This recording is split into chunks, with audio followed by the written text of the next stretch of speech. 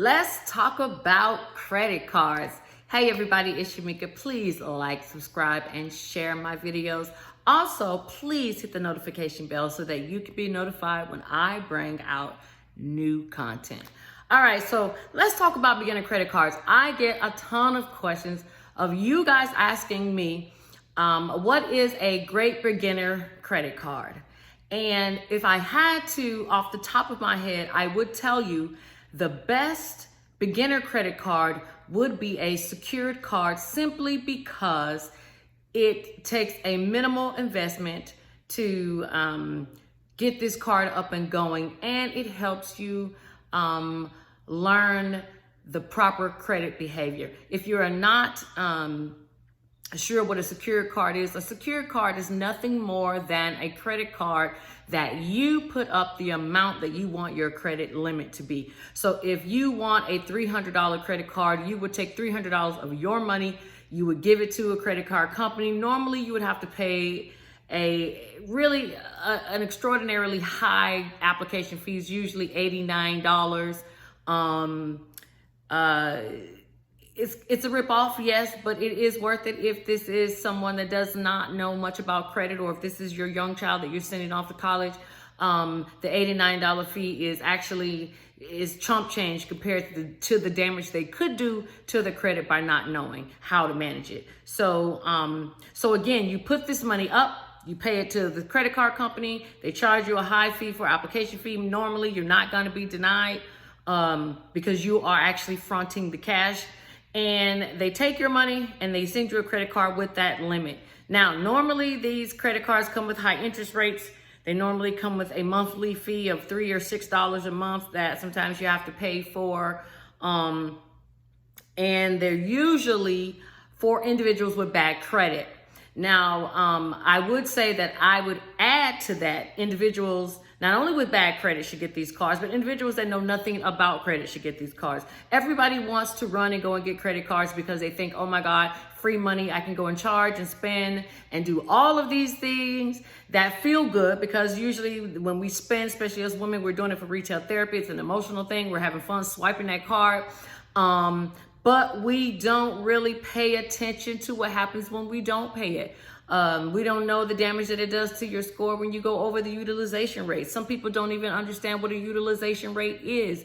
And if you are one of those individuals, a utilization rate is the percentage of your usage of that card. So if you have a $100 credit limit and you use $100 of your credit limit, you are at 100% utilization rate.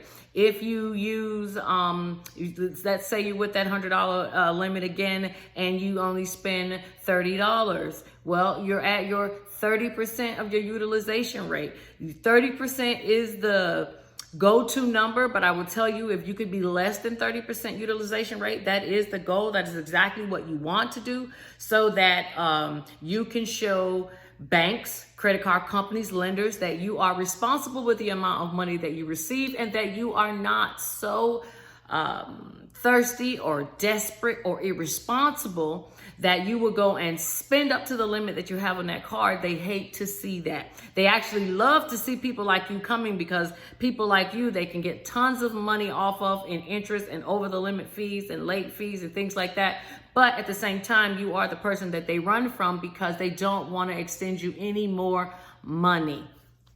Okay, so you usually would be the individual that would not get an increase on your credit. Matter of fact, during this time of COVID, you would probably be one of those individuals that would more than likely get a decrease in your credit. During this pandemic time, there are a lot of people that are getting a decrease in their credit limit, even if they're not using their card, simply because of the behavior that they have shown in the past that they're risky. So I would say the best beginner credit card would be a secure credit card, only because once you hit your limit, yes, the utilization rate works the same, okay? But you don't have to worry about going over your limit, because they give you a limit. They usually don't allow you to go any more than that. If you try to charge more, it will be declined.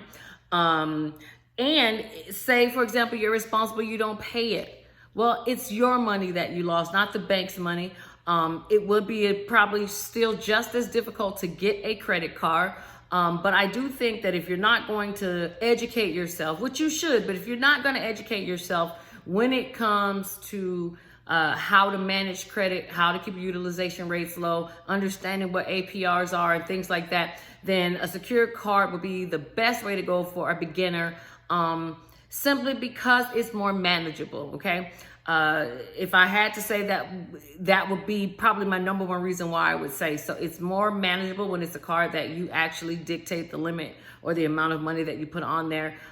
If you're sending your kids away to college, or they're going away wherever they may go after this pandemic, and you want to make sure that they're being responsible, this is a great trial method with a secure card, to be able to teach them some of the proper behaviors that they need to have before going and getting Discover cards and all of these. Because I could tell you, when you're fresh and you're 18 and you're freshly out there and you have a decent amount of income, you know, your credit score is good, you know, they're those predators, the predatory lenders, they're after you and they're trying to exploit your ignorance in order to get you into debt. So I say all of that to say, if you are ever wondering what type of credit card to go to when a person is starting out, it should be, and I would highly recommend it be, a secure credit card, simply because